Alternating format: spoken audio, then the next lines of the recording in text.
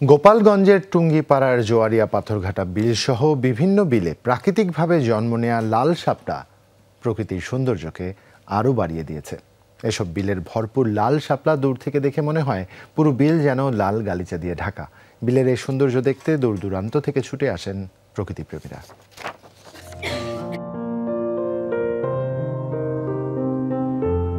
একে তো শরতের নীল আকাশে সাদা মেঘের ভেলা, তার নিচেই বিলের পানিতে যেন বিছানো লাল শাপলার গালিচা।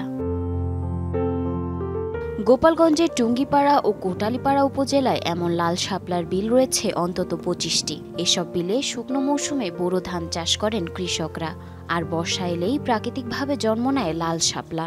এই অপরূপ রূপ মাধুর্য মনে হয় যেন আমি যুগ যুগ বেঁচে থাকি এই রূপ দর্শন করে।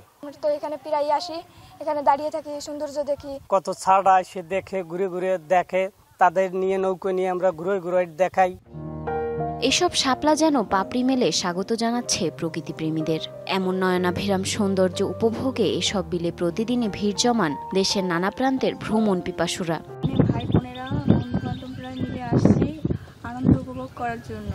এখানে এসে আমাদের অনেকটা মজা লাগতেছে। আমরা এই শাপলা বিলে আসছি, আমাদের খুব ভালো লাগতেছে। এই দৃশ্যটা অনেক সুন্দর।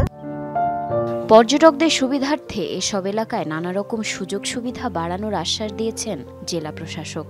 এখানে যেখানে যে নৌকায় করে অন্যরা যান, যেখানে নৌকায় করে যেতে হয় সেই জায়গাটিতে যেন কিছু টয়লেট ফ্যাসিলিটি বাড়ানো হয়। ওখানে টয়লেট আছে কিন্তু পর্যাপ্ত নয়। আমরা চেষ্টা করছি যে সেখানে পর্যাপ্ত টয়লেট ফ্যাসিলিটি বাড়িয়ে দেওয়ার জন্য। শাপলা ফুলের টানে পর্যটক আসায় বাড়তি উপার্জনও করছে স্থানীয়রা। জারিন অর্নি, যমুনা নিউজ।